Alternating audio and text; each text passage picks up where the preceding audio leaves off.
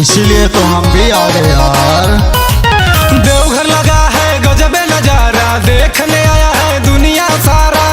थोड़ा दौड़ लगाने का बम। चलो हो के तैयार बाबा भोले दरबार पर, हम भी तो है अनजाने।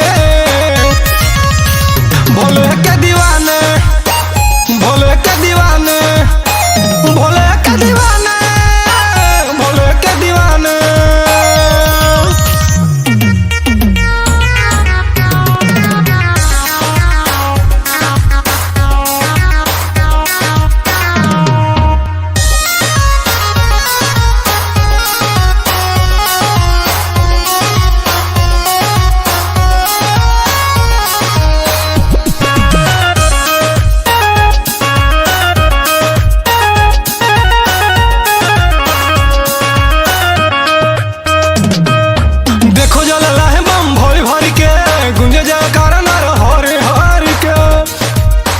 थोड़ा संभाल के भाई। देखो जला है बम भोरी भोरी के, जय करना हर हर के। ओ भाई वो देखो यार, सब हो गए मगन झूमे धरती गगन, यहाँ गजबे हुए नजराने।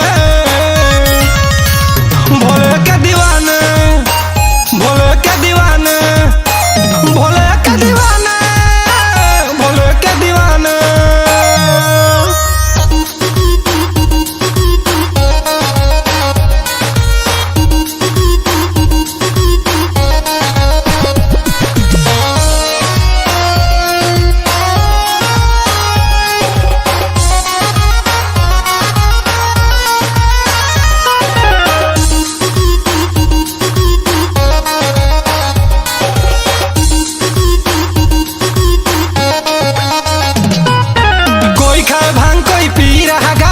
कहीं बाजे डीजे कहीं बाजे बैंड बाजा।